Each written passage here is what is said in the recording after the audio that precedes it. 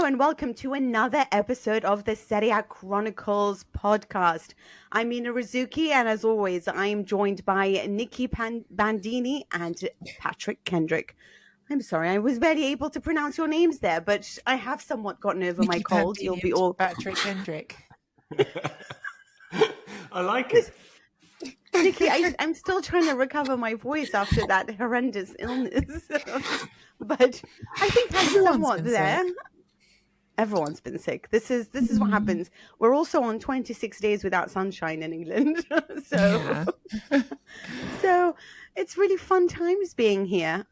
Before we get into the podcast, I just want to say give us a 5-star rating and a review on Apple Podcasts, Spotify, or wherever you're listening. It helps us to be found. For our Chronicles Tifosi Patrons, make sure you join the chat in the Patreon app. Hello, guys, and welcome. How are you? And did you see the draw for the Champions League? I did, and I don't know if I'm going to be the voice in the minority here, but I actually think it could have been worse for the Italian teams. I think when I was looking at the being in pot, well, all three teams are in pot 2, right? So you weren't going to get 3 gentle draws. I think there were not many draws on the table that looked good for the Italian teams. I think Lazio, you could have put them with any of the 8 teams they could have drawn against, and I would have said, well, they're going out. So to me, who Lazio drew sort of felt immaterial, and I'm sorry to be so dismissive, and I would love it if Maurizio Sarri and Lazio proved me wrong, but I think they've already overachieved to some extent by reaching the knockouts, given how they're playing this season.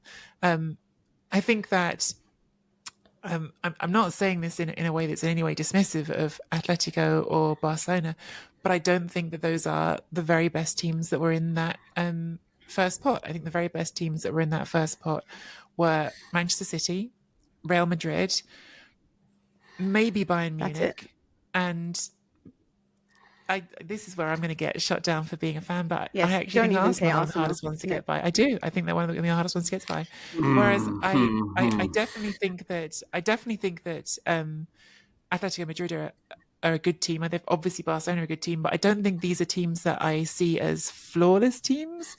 And I do think that it's still going to be uphill for Napoli, no question. But I think that Inter against Atletico for me is a very, very even tie. I don't see there being a strong favourite in that tie at all. Okay, just to go through them, it's Napoli against Barcelona, it's Inter against Atletico Madrid, it's Lazio against Bayern Munich, in case our listeners don't know.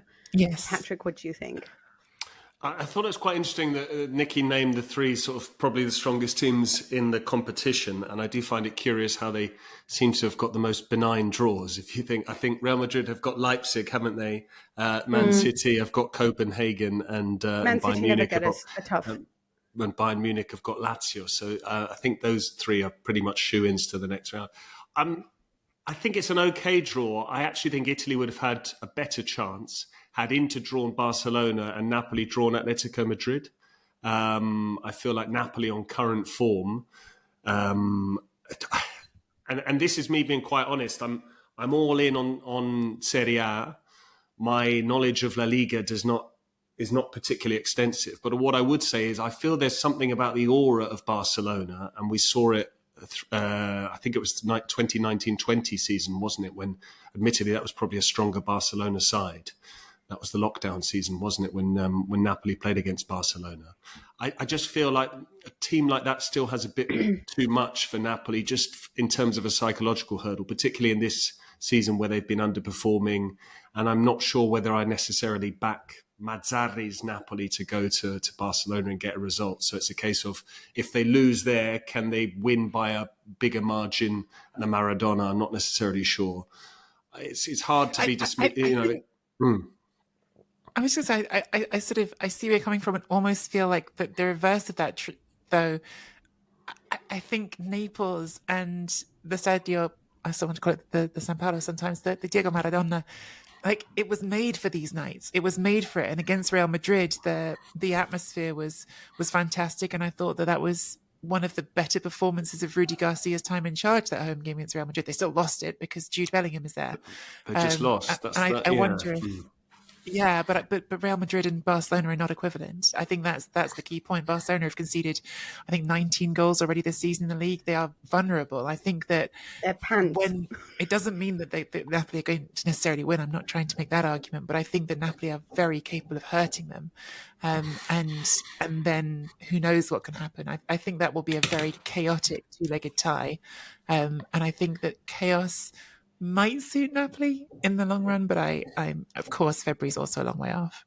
I agree in theory. What I would say is I'd counter that by saying Napoli have lost this season at home to Empoli, to Fiorentina, to Lazio, to Inter. I mean, against the big teams, they haven't really performed. I know they won in Bergamo, but I don't think we can equate Atalanta to Barcelona. But yeah, just coming back to the other Italian sides, I think Inter would have been a good match for anyone. I actually think Atletico Madrid are going to be tricky for them because I think Inter are at their best when they come up against teams that want to dominate possession, want to play football. We've seen that recently in their last couple of away games against Napoli and Lazio. You know, they seemed quite happy. I mean, I know we'll get onto the Lazio game later on in the pod, but they seemed quite happy to allow the opposition to have possession, not really afford them any chances, and then they were very good in transition. So I just wonder whether if Atletico Madrid just say, here, you have the possession and try and break us down. Admittedly, this is an Inter side that has a lot more solutions and a lot more creativity than we've seen in previous years. But I think of all the coaches they could have come up against, Diego Simeone is probably one of the trickier ones to get the better of. Well, Simeone, who always said he was going to coach them one day. I'm didn't mean to talk over you there. I just was thinking, again, I think this Atletico Madrid team is not the Atletico Madrid team that people have fixed in their heads. This is, again, a team that's conceded 16 goals already in La Liga this season. It's not this sort of invulnerable tank that's going to roll up to San Siro and just not move. But having said that, they are actually quite an entertaining and expansive team when they want to be, and they can punch you back with Griezmann playing as well as he is. So I think it's definitely a tough tie. I'm not trying to suggest it isn't. And I think that your analysis is probably spot on about the possession, but it's not that Atletico Madrid team that I think people have in their heads that never concedes a goal. It's not that team at all. Okay, guys, I am sorry. I'm supposed to be a presenter in this, and yet all I want to do is be like, no, and start giving my opinion. So I am going to give my opinion because I can't resist. I do think that if all the teams that I didn't want Inter to face, it was Atletico, I'll be honest with you guys. I do think that they're not defensively strong, but I do think that they're a lot more fun going forward. And I think that they have a very pragmatic coach who hasn't lost a single home game now for 20 games. And I think that they'll win their home game. It's about Inter winning theirs and what happens in the goal, what goes on between those two matches. I think this is going to be a really interesting tie because if anyone's going to really study Inzaghi's team, it's going to be Cholo Simeone. And that was the team I didn't want them to face. I would have preferred them. I think they would have smashed all the other teams, I'll be honest with you, except for maybe Manchester City.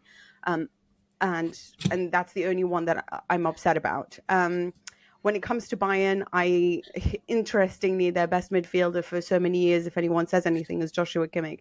And yet when he hasn't played twice, they've put in their best performances, including over the weekend against Stuttgart. But again, we have to know that it's going to be February. So what are the teams like? Will Bayern have now found themselves again? Will Inter still have a top team? Will Lazio, I don't know, start finding goals? I somehow don't see Lazio in any way, shape or form getting over this. As for Barcelona, I think they're pants. I'll be honest with you, they are awful to watch. I really genuinely have no idea how if they had any other group, they wouldn't have qualified out of the group. But they had the easiest group and they lost their last game, even when they bought players that they shouldn't have bought because they were trying to get the money from winning a match. Like that's how bad their finances are. They've lost a lot of their players, with injuries and stuff, as have Real Madrid, to be honest with you. Something's going on with fitness schemes at the moment, or maybe it is too many matches. But I think Napoli with Osimhen and Kvaratskhelia, if they start to find themselves, and that's a big if. But if we see the Osimhen that we saw from this weekend, I'm actually pretty hopeful. So that's where I stand. But let's talk about the matches.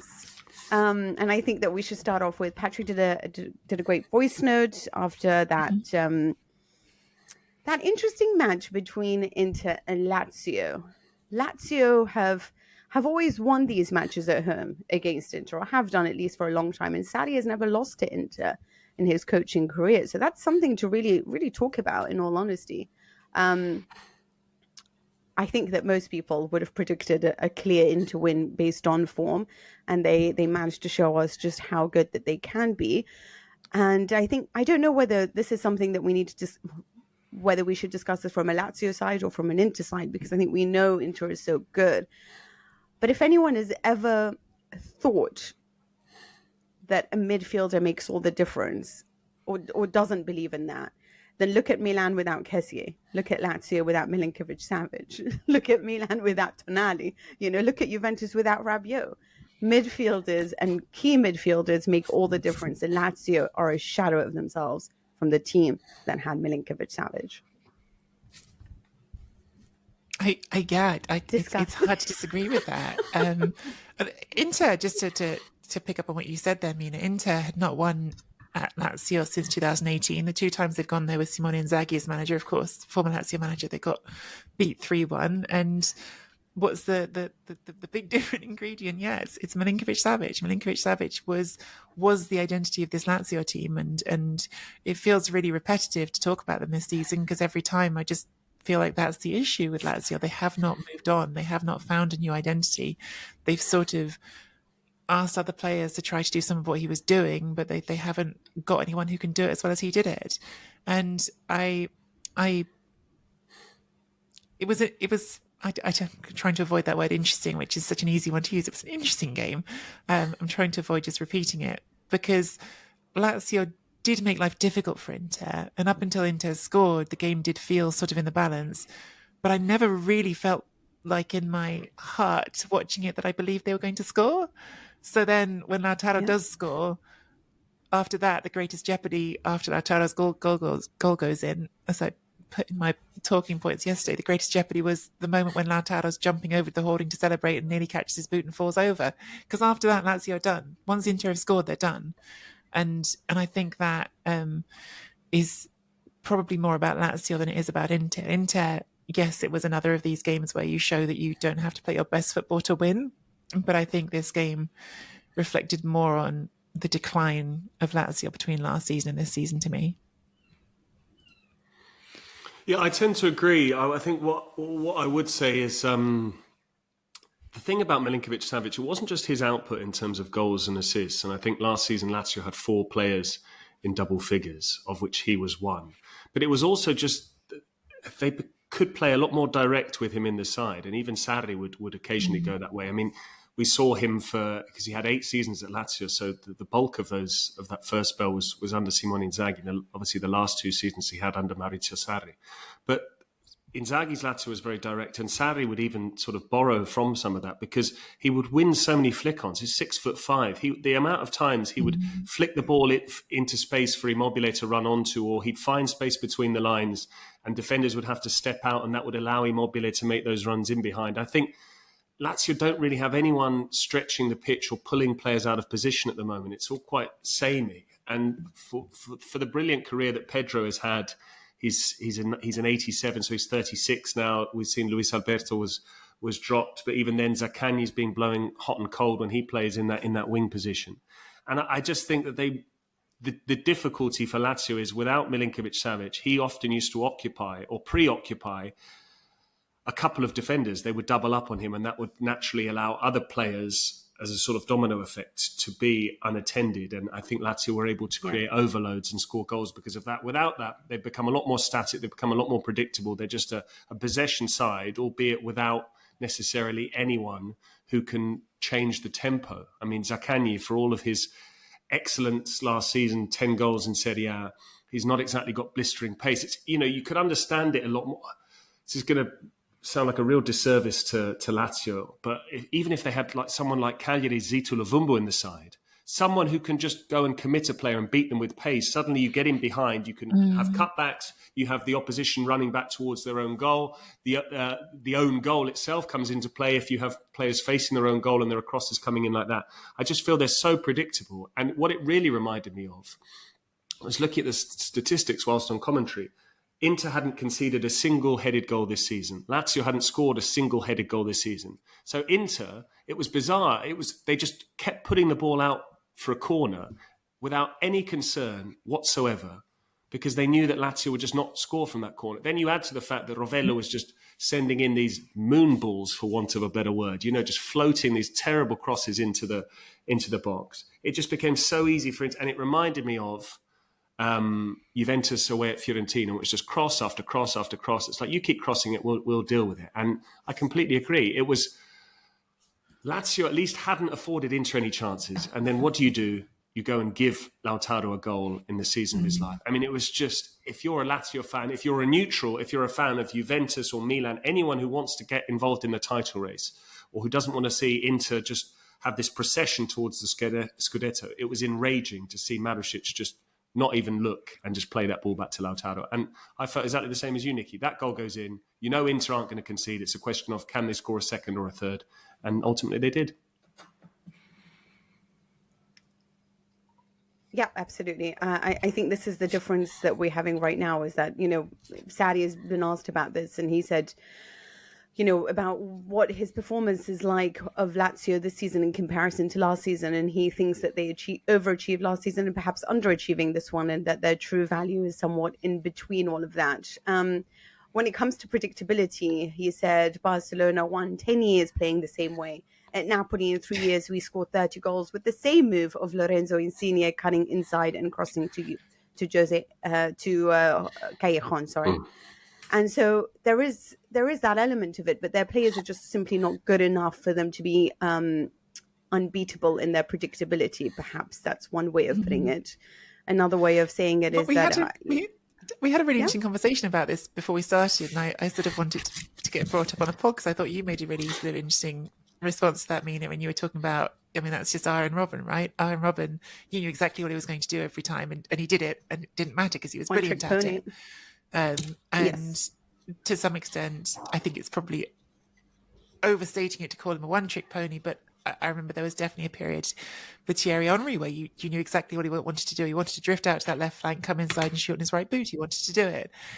Yes. Great players definitely learn these moves and will keep doing them until you stop them. Great teams do it too, as in exactly what Juventus's Conte used to do at the time. It was always the ball out to Lichtsteiner, to Pirlo, who delivers out wide, to go back in. It was always the same moves, and yet you still had to.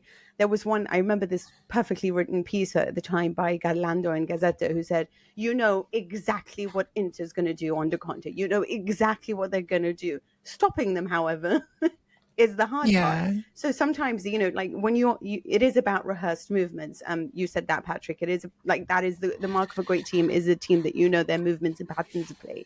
Trying to stop that is, of course, where it comes and becomes a lot more difficult. So predictability is not necessarily a bad thing. And I think Sarri is so great in always calling stuff out like that.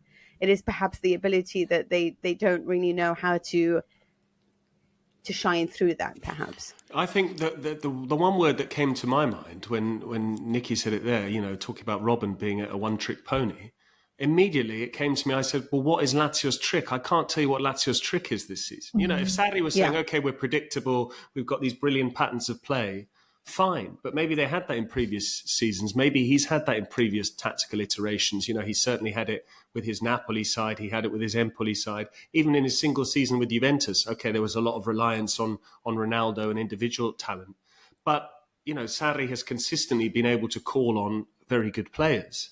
And I don't know how many very good players are left in that Lazio side. I'm a huge Ciro Immobile fan, but his output is on the wane. And then you look at the rest of the team. Yes, Luis Alberto on his day is one of the best number 8s in Serie A. But beyond that, if you go 1 to 11, Lazio's best team, I think we take Ivan Provedel, but that's not really helping. Although, ironically, I say that in a season where he has actually scored a goal. But I just, when you're looking at the likes of, Romagnoli's injured at the moment, but Husai is a soldier for Sarri, but very uninspiring. Lazzari is a very middle-of-the-road player who then managed to get himself sent off ridiculously in the game at the weekend. Yeah. Pedro, world-class, but now 36. Zaccagni has had one very good season in his career. Castellanos, who scored 1 goal since he signed. I mean, this is a fairly uninspiring team in terms of the actual sum of its parts and even in terms of the raw material. So I think Sarri, they shouldn't be down in 11th place, but I think in terms of talent and quality this season, they are probably about the 7th or 8th best team in Serie A. So maybe he's right. So perhaps getting them to second last season was a combination of just ignoring European competition and also that one last dance of the sort of trio of players, Luis Alberto, Immobile and Milinkovic-Savic. And then one of those left and the other two haven't been the same since.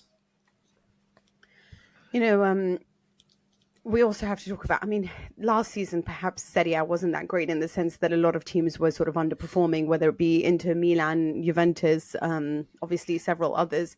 So Lazio could really profit from that. But this season, we have a remarkable Inter team. And yes, Lazio had 60% possession for the first hour, but Inter have now kept 11 clean sheets in 26 games, the best in all the top 5 leagues. They are 4 points now ahead of Juventus. Games, sorry. What did I say? Sorry, in 16 26. games, I put 26. Yeah. Thank you. They wished. They are now 4 points. They'd be 10 games further along towards the Scudetto in that case. Yeah. It isn't entirely true. But 11 clean sheets in 26 doesn't actually sound that great. No. Provided you're scoring one more goal than the opposition, I guess. But yeah, that's a little caveat. Yeah. There we go. Yes. But they are 4 points ahead of Juventus in second place, something, that kind of lead that they haven't enjoyed and being top of the table since February 2022 to stand alone at the top. They have 15 more goals scored than Juventus. I think it's really interesting that Thuram and Lautaro Martinez combined have scored, is it 22 or 23 goals? I think it's 22 goals. 15 plus 7. And that is 2 less than the entire Juventus team, which is something. If there was ever a moment to be like, maybe we should sell Vlahovic, I think this is it. Anyway, but they are just a stunning team right now. I'm particularly very taken with Marcus Thuram, but Lautaro Martinez is having the season of his life, and he deserves all the compliments offered to him. Is it them? Is it this team? Is it Inzaghi being the best coach in Serie A? It's everything. And I think those clean sheets, let's not sort of forget again, another game this weekend with not your first choice defence, because you've got Bissek starting where Pavard would if he'd been able to play. Bissek who immediately looks super confident. I feel like sometimes, even though I try to talk about him when I can, just not enough in general is said about Francesco Acerbi at 35 years old, and the fact that he just handles opposition number 9s as well as I think anyone in Europe practically, and doesn't get much said about it because he's not particularly glamorous. Everyone talks about his backstory and overcoming cancer, which is an incredible story, but I don't think enough people talk about the fact that he's just really, really stinking good at defending. And actually, I heard Marcus Thuram talk about that recently, where he was saying that in Serie A, he feels like some defenders have been trying to counter his pace by standing off him a lot, and that's a mistake, because if you let him get running, he's going to burn them. And they were saying, "Oh, who do you think's defended you well?" Acerbi. He says that Acerbi's the one in training who knows how to disrupt him and stop him from getting that step. And I think his know-how has been immense. Bastoni's a more sort of exciting story to talk about because he's the up-and-coming player, but I think Acerbi is really the glue that holds all that together. And what a sort of canny signing, if you want to bring it back to Inzaghi, because that is 100% an Inzaghi signing, even though, of course, he's not the one who controls the purse strings. That's a player who he wanted because of what they had done together at Lazio. And he said as much, didn't he? I remember on the eve of either the first or the second Champions League semi-final leg against Milan, Acerbi said, "I'm only at the club because of Simone Inzaghi, because he pushed to sign me, because he believed in me." And I think there's a lot of parallels in Acerbi's career trajectory to that of Giorgio Chiellini. He seems to be getting better with age, and in the way he acquires experience, seems to thrive and absolutely relish, as you said, the art of defending. And he's an organizer. He's not blessed with pace, but he's never out of position. He seems to instill confidence to the two players either side of him. I think if we come back to Inter in general, what's so impressive is, yes, those clean sheets, but those clean sheets are more often than not coincided with victories, which I guess is fairly logical because Inter are going to score in almost every match. There's going to be very few teams that keep them quiet this season. But I was looking at their wins. They've only won 2 matches where they've conceded a goal. They won in Bergamo 2-1 against Atalanta, and they won the derby 5-1. And even then, the goal from Leao was, it was fairly innocuous in the end. So I think that's what's so impressive. And that's why they have this ludicrously good goal difference of plus 32.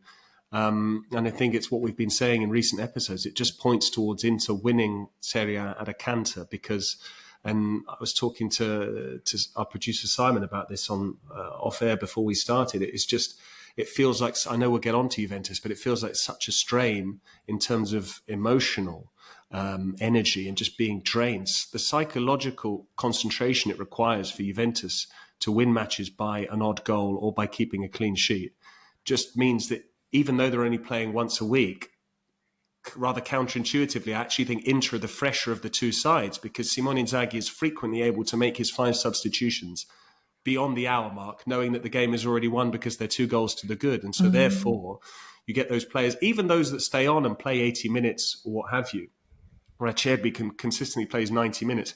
When you're winning 2-0 and you have a team that keeps possession as well as Inter do, there is no real danger there. There's no real jeopardy. We mentioned it earlier on, once Lautaro scored that goal. And I just think there seems to be this freshness to Inter that none of their rivals can necessarily match. And we saw the European campaign taking its toll on Milan and taking points off them domestically. And we've seen with Juventus, you just leave yourself no margin for error. And we saw that at Marassi on Friday night against Genoa. I'm someone who believes a lot in the psychological and things that are above football, put it that way. I believe sometimes that Osimhen saying to Spalletti over the summer that he believed that Napoli could win it was really the galvanizing point that pushed them. It was him, it was his belief in the squad that changed things. And I do think right now that the relationship between the players at Inter, the love that they seem to share for one another, is making a difference. And Real Madrid were very much sort of the blueprint for that. I remember them talking about what they call the pineapple. And they said that they were all part of a pineapple that was so glued and in love with one another that they were able to win 3 Champions Leagues in a row. And these things make a difference in Inter right now, having the time of their life. But so could Napoli. I mean, finally, it was a win against Cagliari, 2-1. We saw the very best of Osimhen. I say that because I've never seen anything like the second goal. I mean, I have, because Iniesta was very famous for that. But he managed to drag away 5 players that were all surrounding him and still managed to deliver the assist that then Kvaratskhelia scored. This was a very much needed win. And I guess my question to you guys is that, was this because Osimhen was brilliant and Kvaratskhelia managed to find a goal? Or is this them finding themselves as a collective unit being brilliant again? Nicky. No, Patrick, sorry. I think it's probably a bit of both, to be honest. I think we saw it last season when both Osimhen and Kvaratskhelia combine and score. Napoli just are a much better team because of it. I think they are both such confidence players, and I think they're 2 very big egos within the side. And I feel like they're not happy. Even if the team wins, I don't think they're 100%. And I think this is a good thing. I think it's what inspired them to the title last season. But even if the team wins, I think unless both of them have got either a goal or an assist, mainly an assist in Kvaratskhelia's case or a goal in Osimhen's case, I don't think they're 100% happy. So when Napoli are able to get a win and they're both able to have that tangible impact on the score sheet, I just think there's a big sigh of relief from the fan base, from their teammates, from those 2 players themselves. And then they just seem to relax a bit more. And I don't think we saw enough of that under Rudy Garcia. And I think that's what prompted those really sort of that dissenting behaviour when we saw them taken off by Garcia, because more often than not, it was when they hadn't made an impact on the game maybe they made some nice runs, they had good chances, they'd created opportunities, but they hadn't either scored or set up a teammate. And I think we just saw them sort of shrink. I don't think you can underestimate how much of a toll it took on Kvaratskhelia, the fact he went 6 months without scoring in Serie A until he got that goal against Udinese. So I think if they can get into that habit that they had last season where every single game, either one, if not both of them, is scoring, then suddenly it's that magic momentum that you need, because I think Napoli will win more games than they will lose, provided those two perform. If you keep those two players quiet, I think Zielinski's levels dropped off. Politano picked up a lot of the slack early on in the season. And this was a big win for Napoli, because it was quite awkward circumstances. They're up against a Cagliari team.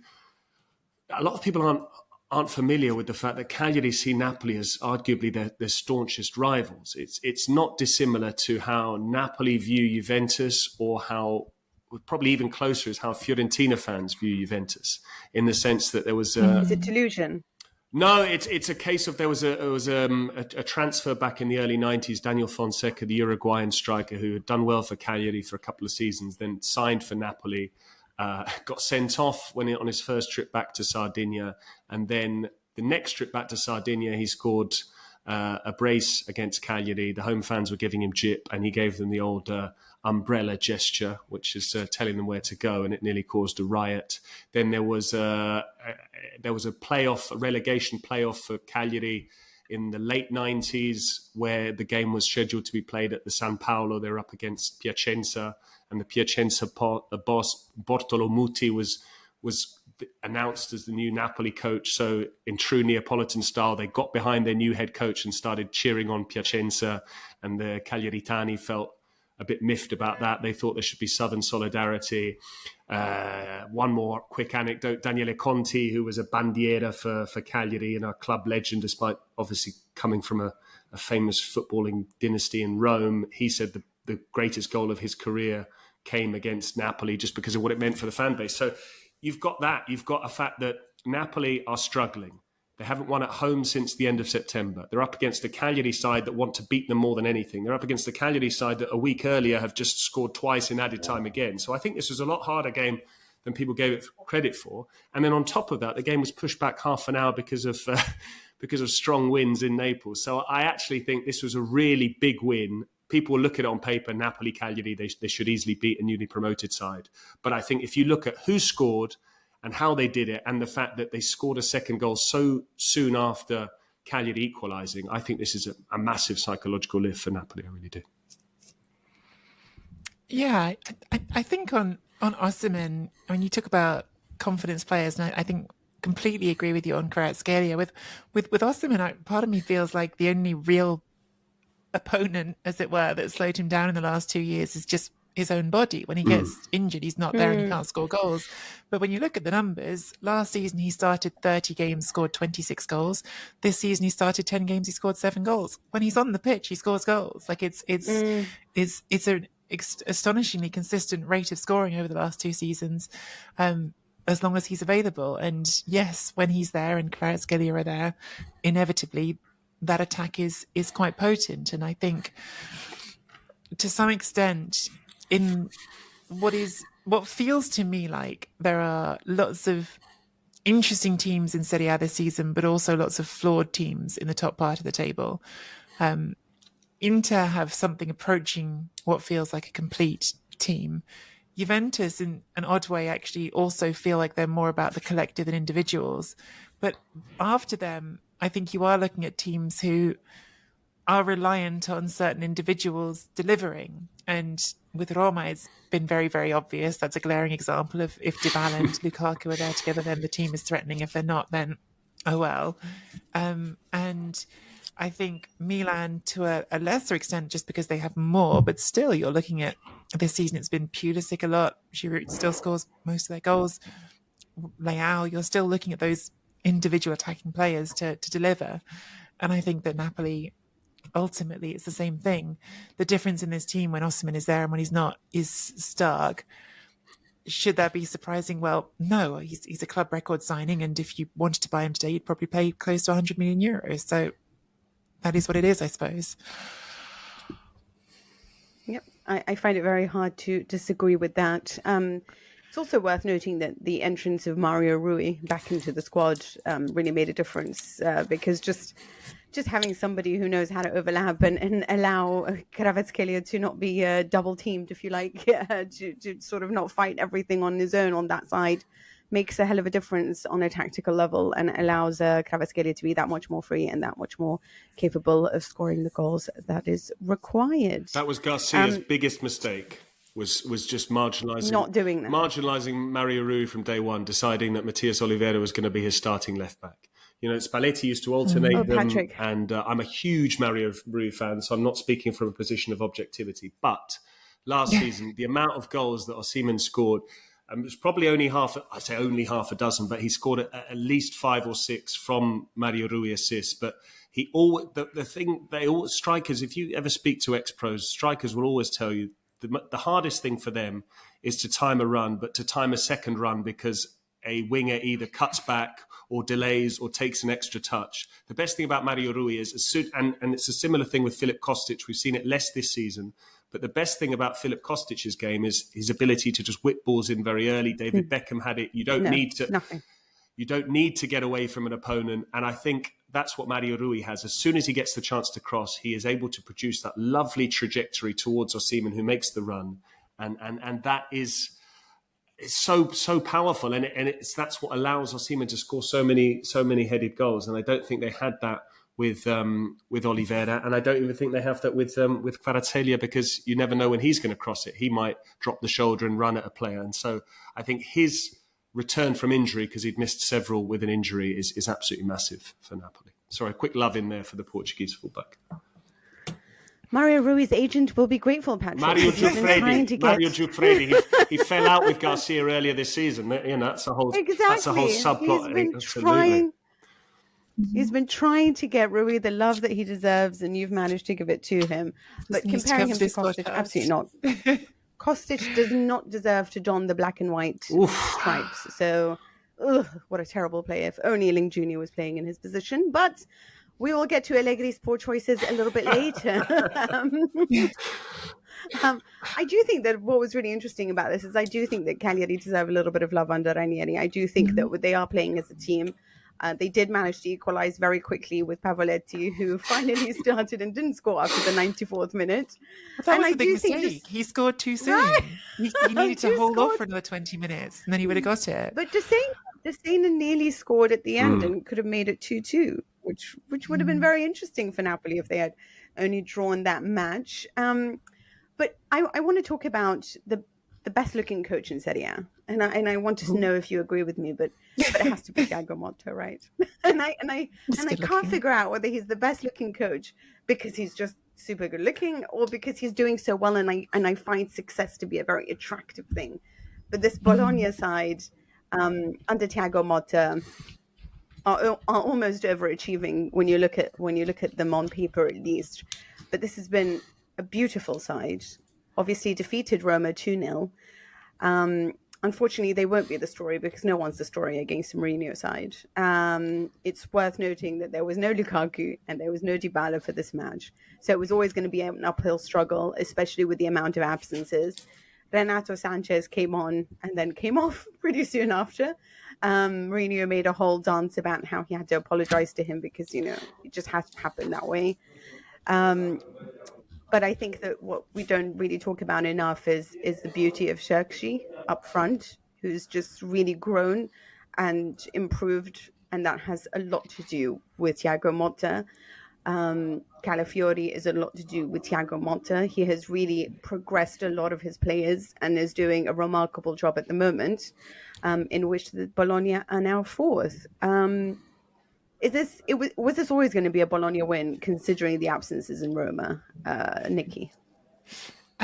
First of all, I can't not come back on your Thiago Motta thoughts, Mina. Like, it put me in mind when you said that yes. about a couple of years ago. I actually literally just Googled it now because I had to find it because I remembered it sticking in my head. Like GQ did, I don't know what the measure was. I haven't had time to read it. This was a survey of 1,000 people to decide the sexiest manager in Serie A at the time. Now, Pirlo was managing Juventus at the time, so He obviously ends up in first place because he's going to with the hair, isn't he? But I remember being sort of shocked by the voting at the time, and I've just refound it. So second place, this is 2020, was Di Francesco. Third place was Pippo Inzaghi. Now, I love Pippo Inzaghi. He's obviously a Really? superstar, but sexy isn't the word that comes to mind for Pippo Inzaghi. Fourth was Gennaro It's Gattuso. the fox in the box, though, isn't Paolo it? Pippo Fonseca. Inzaghi. So there you go. Yeah, Gennaro Gattuso was fourth. right, with Fonseca behind them in fifth. So apparently you can't trust the public. Fonseca was the best looking guy.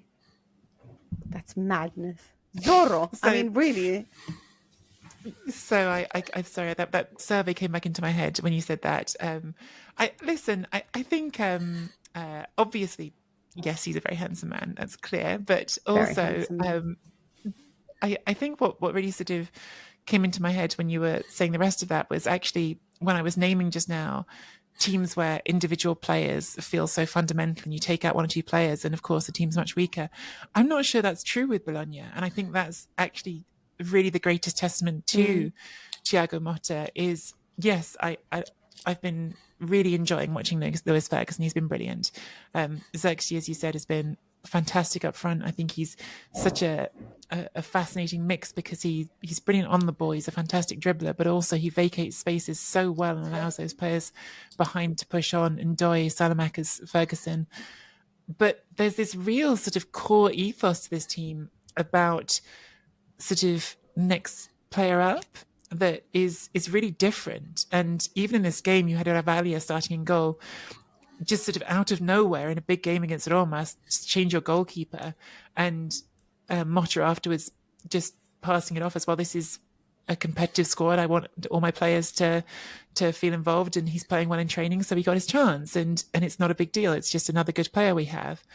And it goes even to the captaincy, because I noticed that Lewis Ferguson was wearing the captain's armband in this game, and I hadn't really picked up on it up until this point. But he's just been passing that armband around several different players this season. It's been going to different members of the squad, depending on who he feels like is taking responsibility and showing leadership in training. And it's such a, God, it's almost like a socialist way of approaching a football management. Like it's turning the team into a collective idea much more than about the individuals. And yes, they're far more compelling to watch than Roma this season, and I wasn't shocked that they beat a Roma side that was missing those two best players. I tend to agree. I think you're absolutely spot on, Nicky, in terms of, you said that sort of socialist, cooperative and interchangeable members of the team coming in. I mean, that really speaks to a coherent tactical plan and the fact that the players are improving under the coach. And surely that's, I think we've mentioned it before in the past with Mourinho. We've touched upon it as well, I think, with Allegri as well. Certainly true that Simone Inzaghi, Inter, has improved his players. And I think Thiago Motta has done likewise with Bologna. And he does get a lot of reflected glory when some of his protégés do well. But I think we have to bring it back to Gianpiero Gasperini, who coached Thiago Motta at Genoa. I know Gasperini's got a lot of his former players in the league elsewhere, Ivan Juric, Palladino as well. And so it does remind me of that first Atalanta side under Gasperini, where everyone would say, these players look brilliant in Bergamo playing for Atalanta. You sign them elsewhere and they don't perform on the same stage. I do wonder, I know there's a lot of interest in Lewis Ferguson now. I don't want to do a disservice to him, but I'm not sure he's necessarily ready to go and play for Juventus in January or any other club that might necessarily be linked with him. I think he's in the perfect place for this stage of his development, working with a coach who himself, albeit in a different role, was a brilliant midfielder, a world-class midfielder. But I was thinking back to that Atalanta side. Roberto Gagliardini looked good for half a season at Atalanta, went to Inter, and wasn't the same player. Mattia Caldara looked like a brilliant young Italian defender. It never happened from outside of Bergamo. Robin Gosens is a recent example. And I do wonder whether these Bologna players would have the same impact elsewhere. Joshua Zirkzee, I think he would, because I think he looks absolutely different class, to be honest. And I think that's the only player that I would challenge you on when you say, if a player was missing from the side, would they be the same? I haven't been able to watch Bologna as much as I would have liked. I'm looking forward to seeing them tomorrow when I do the cup game against Inter, albeit I expect drastically different teams for both sides. But I think Calafiori, who's gone from being a promising young left back when he broke through the Roma academy to now coming back as a mature centre back, and on this form looks like I would be amazed if Spalletti didn't call him up in March and therefore doesn't take him to Euro 2024. But to me, this was the perfect. I'm not sure whether Thiago Motta would be interested in the Roma job. You would think he probably would be. But if there is a vacancy in the capital next year, surely this is the most compelling job application that you could ever do. It's a case of, I don't moan that Dybala is injured, even though we know he has a bad injury record, and that Lukaku suspended through all the fault of his own because he decided to go studs up on Christian Kwame the previous week. So you cannot bemoan absentees when you are paid handsomely and you have a career that you're always reminding people of, 26 trophies. If you are Jose Mourinho, if you are still the special one, and I really don't want this to become a case of, it makes it sound like I've got a vendetta against Mourinho. I've been a huge fan of Mourinho for as long as he got results. In recent years, I find him just to be very curmudgeonly, just abrasive. It's never his fault. There's always excuses. And I think, again, he was sort of clutching at straws here. You need to be able to get more out of your team. The brilliance of Mourinho, there's one game that sticks out for me during his second spell with Chelsea, when he spoiled Brendan Rodgers' Liverpool winning the Premier League with that victory for Chelsea, wasn't it? And he had the most ridiculous team put out that day. There was that young Czech kid at centre-back, I can't even remember his name, Kalash or something like that. But, that's what Mourinho used to do. That's what he should be able to do now. He used to be able to inspire and go up to a player and say, and just completely convince this player of the fact that for that day, he was going to be as good, if not better than Dybala. On that day, Belotti was going to be twice as good as Lukaku. There doesn't seem to be any of that anymore. And it just seems a soulless team now, Roma, that just every time they seem to try and, if they can't win the game through individual brilliance, then they just seem to try and drag it down and make it bad-tempered and just unseemly all the time with these yellow cards and this just, challenging every decision. And I think it's a shame. I think it would have been much nicer had it been a real sort of celebration of football and celebration of Sinisa Mihajlovic's life, a year and a day on from his death. I feel like Roma are going nowhere at the moment. And like Nicky, I was not surprised at all to see Bologna win that game. Yes, absolutely. And I think there's a lot we can talk about this, because obviously Mourinho came out afterwards and said, I really want to stay here, putting a lot of pressure on the Friedkins, making sure that the fans can also apply a lot of pressure onto this ownership to keep this man who consistently wants better players that they can't afford, and so they can only afford the injury version of them. But really, we're on 45 minutes and I need to get through a lot more games, and we haven't talked about some of the others. So quick answers here, guys, but we just want to run through just the last most important ones. Milan got a 3-0 victory. It was a much needed victory for them. We saw Leao back to being Leao. They played with a 3-man back line, which is something that was often criticized when they went to that last season in absence of Mike Maignan, a player who's so good at really playing with his feet in general. But this time around, more injuries. No Pabega. Who was the other one that got injured? I've started to lose my mind when it came to Milan. But they brought in Simic, who got the second goal. Rangers got the first one. Simic got the second one. And obviously Okafor got the third one and then got injured. So he's the second injury for them. They are just loaded up on injuries at the moment. A much needed win there. Just a quick one on them. Do you think that means that Pioli should be applauded for this? Or was this always going to be an easy 3-0 victory? Considering the opponent? On Simic, Giancarlo Simic, no relation to Dario Simic, but oddly now they share the distinction of both having scored on their debuts for Milan about 20 years apart. Giancarlo Simic, 18-year-old defender, and I suppose desperately needed by Milan to have another healthy centre-back given all those injuries. In some ways, I thought almost as notable for him that he managed to be part of a clean sheet as the fact that he scored, because Milan have not kept lots of them.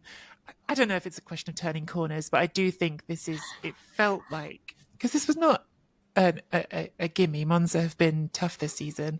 I thought this was one of those games that felt, or maybe I'm overstating it. They're a mid-table team, but they haven't. But look, I don't think they've been pushovers. They haven't conceded a lot of goals. They've been pants, I'll be honest with you. But I think either way, they hadn't been winning games confidently, Milan. And I think in some ways comes back to a week ago. I remember people saying, oh, wouldn't it be good for Milan to lose in the Champions League, then they don't have to worry about Europe the rest of the season. And I think sometimes that whole mindset is back to front, because winning feeds winning. And I think that victory over Newcastle has lifted the club a bit. And it felt like there were some of those good vibes carried over into this game. Yeah, absolutely. Meanwhile, over at Juventus, they dropped points in the title race, which is what opened up a 4-point gap between them and Inter. Lots of question marks on whether or not a penalty should have been given, on whether or not there should have been a red card as well. I don't know. I'm not somebody who buys in a lot into refereeing mistakes. But I will say that I think that Juventus are a team that it's about the details. You know, they only ever manage marginal wins because they are about the details, in the sense that they do perhaps need that penalty for them to win, because they're not a team that can generate tons of chances, although they did generate quite a few to have scored at least an XG of 2 goals in this. But what it does mean is that it makes it a very spicy race for the Scudetto. Patrick, do you think that that Juventus, are they just a terrible team that just have to make do with these small and slim victories? Or do you think an injection of midfielders over the winter can make this a much more interesting race? They're not a small and terrible team. I think they perhaps overperformed in terms of results. When you actually look at the performances within that run of results, we had something similar last season, 8 straight wins with clean sheets. I think it's not necessarily sustainable to keep winning by an odd goal. I think you need to give yourself, we mentioned it a little bit earlier with Inter winning matches and then being able to take their foot off the pedal. Juventus never really have that opportunity to do so. I think they are missing a midfielder. As much as a goal-scoring midfielder, I think they're missing another midfielder with real personality, someone who, you just... Yes. Grabs, sort of takes charge. A bit like they have in Danilo in defence. I think they need a similar sort of leader in midfield. I worry for them. Their next game is away at Frosinone. It's an early kickoff on the 23rd of December. I worry for them there. I have a feeling after drawing that they could even... Frosinone are very good at home. Frosinone have 3 players on loan from Juventus, Caio Jorge, Berenice and Solé. So... we shall see whether, Caio Jorge I'm not a particular fan of, but certainly I think Solé will be fired up. And in Italy, there's absolutely no qualms about loanees playing against their parent clubs. So we've seen that many times in the past that they can score. So I think if Juventus are able to stay within 4 points, that will be a real feat for them. I think as opposed to them eating into Inter's lead, I think they need to try and just stay within 4 points of Inter as long as they can, and hope that Inter's fixture list becomes congested in the spring, and maybe they make a canny signing or 2 in January. But then again, there's no guarantee that coaches necessarily want January signings. We saw it recently with Gasperini. He says, as far as I'm concerned, teams are recruited and teams are assembled in August. I don't care for the January transfer window. So big transfer window coming up for Cristiano Giuntoli. Will he prove that he was the right appointment? Indeed, and Allegri said that he's fine as they are, but he's always going to say that because he doesn't want to apply any pressure. We've already talked about. Also, I just wanted to mention, guys, but if you have a chance, look at pictures of Simic over the weekend and just notice his thigh size. I've never seen thighs that are this Roberto big Carlos? in my, honestly. We in tree trunk Roberto territory. Carlos, that was a ridiculous amount. Like I'm just like, also because they had Pulisic's tiny little thigh next to him, and it just was this ginormous 18-year-old thigh, and I thought, how is it possible? Also, really, really heartwarming about his family crying in the stadium. I now want to have a son and him be a footballer so I can cry in the stadium. So that is dreams, right? In other matches, Atalanta smashed Salernitana. Gasperini always smashes Pippo Inzaghi. It was 4-1, but Salernitana had scored the first goal, and then Atalanta replied with 4. Torino won 1-0 victory over Empoli, the tightest of VR margins. Lecce 2-1 over Frosinone. I did not see that one coming. Fiorentina a 1-0 victory over Hellas Verona, who I don't think is the worst team in Serie A, as they're consistently dubbed. And well, that's just because Salernitana are the worst team in Serie A. Thank you. It is because it's that. But I think that Verona is somewhat better than Salernitana. There was a lovely symmetry to that game in Bergamo. Over. There was a lovely symmetry to that game in Bergamo because last season it was Atalanta 8, Salernitana 2 across 90 minutes. And this time around it was half, and Atalanta scored all of their goals in one half of the match in the second half. So maybe there's something in that. So maybe next season it'll be now, Patrick, 2-2.5. 2-0, very good. 2.5, Round it down as opposed to rounding it up. Salernitana will get the chance to play. Ooh. I don't think Salernitana will get the chance to play. They are going to be spending big in January. Keep your eyes on that. Jervolino will go wild in January with the Sanctus, and he's already said he's going to clear out a load of players. So they're always an entertaining club, anyway, if not a winning club. Mm-hmm. Now, I want Atalanta's coup miners, but now that you've told me all about how terrible these players perform after Gasperini, I'm now a little bit worried as well. Meanwhile, Udinese drew 2-2 against Sassuolo. They went 2-0 up, and then Domenico Berardi decided got to two get penalties. a point for Sassuolo. Yeah. And I wonder what Mourinho thinks about that. But I want to just read out some of the messages that you guys have said, that you have sent us as well. I think there was a funny one over the weekend. As you all know, producer Simon is a massive Roma fan. And Daniel Bartolini sent in a message that said, funny weekend in the league. Love the Bologna win over Roma. Look forward to your thoughts on the Champions League draw. Jill said, as a Roma fan, I was jealous watching a Motta-coached team play. So we're not crazy when we say that, Mourinho isn't, maybe necessarily doing it right now. Wish Roma would hire him in the summer, Jill. but we will probably try to renew Mourinho. Yes, Jill. Jill, we love you. Let's get Jill on the show. And we agree Absolutely. with you. Yeah, we do need Jill. There's others as well. Jill was very happy that Patrick joined us. Nicky, do you want to read some of the messages that we've got? Because I think it's a bit weird to get. There's been loads of lovely messages of Patrick, which we can't let Patrick read out because he'd be embarrassed. But yes, yeah, had Jill, Kevin Chang saying very exciting news. Welcome, Patrick. Luca Napolitano, great news. Love hearing Patrick's analysis. And he'll be a great compliment to an already brilliant team. We like that one, meaning because it also says that we're already brilliant. Lara Giovanale saying fantastic addition. It's great having Patrick on. We've as we said, we introduced him. We've both been big fans of Patrick's commentary before now. So it's brilliant having him be here and make these conversations into even more fun three-way conversations than it was when it was just the two. To use a European Commission term, a trilogue. I digress. And that's how you know that Patrick also does interpreting work and has that command of all the European bureaucracy terms that come up when you're doing that sort of work sometimes as well. We'll do a quick shout out as well to some new Chronicles Tifosi we've got who've signed up to our Patreon. Welcome, Halmat. I'm going to absolutely butcher this one. I'm really sorry, but Aynanshe, Farah Hussein, and Brian Powell, thank you all for supporting the show. That's it from us today. Obviously, we're coming up to Christmas now, so we're going to have a slightly different schedule next week. We're all going to record some voice notes off the back of the last Serie A round of... well, it's not the last one of the year, is it? Because there's another one after Christmas. But the last Serie A round before Christmas, we're all going to do some voice notes from, and we're going to stitch those together into a podcast for you guys. We will do a proper get together again in the new year, I think, with Christmas schedules and where Christmas falls this year. We just thought it's a bit too much to try and squeeze in a podcast between now and New Year. And also, you guys are all going to be off enjoying your Christmas as well. So we'll have one podcast from all of us with the voice notes in the next week, and then we'll come back together in the new year. So in the meantime, I want to say a massive Buon Natale from everyone here at Serie A Chronicles.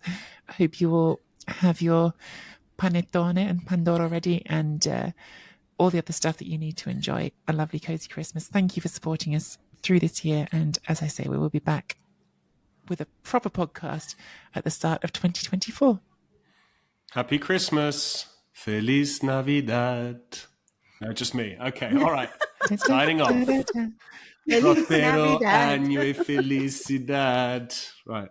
That'll hopefully be in the outtakes. Let's dig straight in.